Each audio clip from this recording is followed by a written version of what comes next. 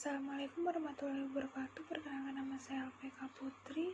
Di sini saya akan mempresentasikan analisa lingkungan bisnis dan industri land transportation (MRT) dalam mendukung industri pariwisata bisnis di Jakarta.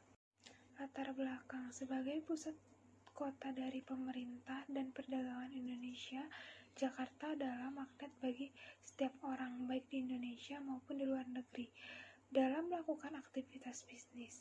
Setiap harinya, berdasarkan data Dinas Perhubungan, tidak kurang dari 5 juta orang berpergian dari daerah sekitar Jakarta seperti Bogor, Tangerang, dan Depok dengan menggunakan moda transportasi publik seperti bus Transjakarta, kereta rel, listrik KRL, transportasi online, dan taksi hingga kendaraan pribadi.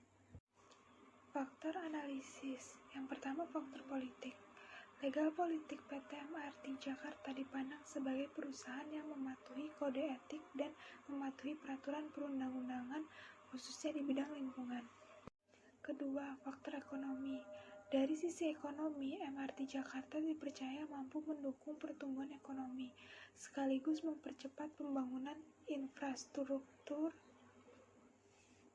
Ketiga, faktor sosial. Kehadiran MRT di kawasan Jakarta berpengaruh besar dalam kehidupan masyarakat Jakarta, terutama dalam aspek sosial budaya. Keempat, faktor teknologi. Keberadaan MRT menunjukkan citra Indonesia sebagai negara yang siap dalam pengembangan teknologi berbasis transportasi, sekaligus mampu bersaing dengan negara lainnya. Kelima, faktor hukum. Penelitian hukum dimulai dengan melakukan penelusuran terhadap bahan-bahan hukum sebagai dasar untuk membuat suatu keputusan hukum terhadap kasus-kasus hukum yang konkret. Keenam, faktor lingkungan. Untuk memenuhi ekspektasi mobilitas tersebut, PT MRT Jakarta kemudian memulai fase konstruksi pertamanya dengan rute sepanjang 15,7 km yang menghubungkan antara Terminal Lebak Bulus dengan Bundaran Hotel Indonesia. Analisa lingkungan bisnis. Analisis lingkungan bisnis bertujuan untuk mengidentifikasi kekuatan. Yang pertama, tarif MRT relatif murah. Kedua, kebersihan sarana dan prasarana stasiun dan armada. Ketiga, kemudahan akses pembayaran tiket. Kelemahan yang dimiliki perusahaan. Yang pertama, cakupan rute belum seluruhnya terakses di wilayah Jakarta. Kedua, belum terintegrasi dengan semua moda transportasi.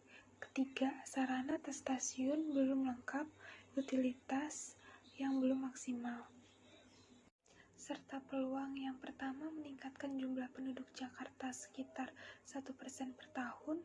Kedua, target penumpang akan terus bertambah. Ketiga, kota Jakarta merupakan kota dengan mobilitas masyarakat yang tinggi. Ancaman yang dihadapi oleh perusahaan. Yang pertama, moda transportasi umum lain yang mempunyai aksesibilitas dan cakupan lebih baik. Kedua, terjadinya penurunan penggunaan kereta api rata-rata 7% per tahun.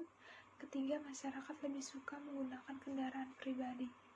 Analisis lingkungan industri. Analisis merupakan salah satu strategi yang tepat untuk memecahkan sebuah masalah dan dijadikan sebuah pembahasan dalam laporan ini. Hasil analisis lingkungan eksternal hanya memberikan gambaran perubahan lingkungan industri perusahaan. Maka dari itu, diperlukan adanya analisis lingkungan internal sebagai langkah perusahaan untuk mengatasi pertumbuhan lingkungan industri.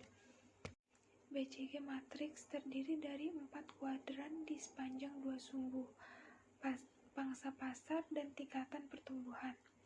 4 kuadran pangsa pertumbuhan adalah tanda tanya, anjing, sapi, dan binatang. Masing-masing dari 4 kuadran mewakili kombinasi spesifik dari pangsa pasar relatif dan tingkat pertumbuhan. Yang pertama, pertumbuhan rendah, bisnis berbagi tinggi. Yang kedua, pertumbuhan tinggi, bisnis berbagi tinggi. Yang ketiga, bisnis dengan pertumbuhan tinggi, pangsa rendah. Yang keempat, pangsa rendah, pertumbuhan rendah. Analisa posisi perusahaan berdasarkan BCG Matrix. Yang pertama, bisnis sapi perah adalah bisnis yang memiliki pangsa pasar tinggi. tetapi tingkat pertumbuhannya rendah. Yang kedua, binatang adalah bisnis yang memiliki tingkat pertumbuhan tinggi dan pangsa pasar tinggi di industri tempat mereka beroperasi. Yang ketiga, tanda tanya adalah bisnis yang memiliki pangsa pasar rendah di industri yang memiliki tingkat pertumbuhan tinggi. Yang keempat, anjing adalah bisnis yang memiliki pangsa pasar rendah dan beroperasi di industri yang memiliki tingkat pertumbuhan rendah. Kesimpulan, MRT Jakarta merupakan jenis transportasi yang sangat cocok dan memiliki arahan yang jelas dalam menargetkan peningkatan kualitas hidup masyarakat maupun memperlancar aksesibilitas wisatawan selama berwisata maupun berbisnis di Jakarta. Sekian presentasi dari saya, kurang lebihnya mohon dimaafkan. Wassalamualaikum warahmatullahi wabarakatuh.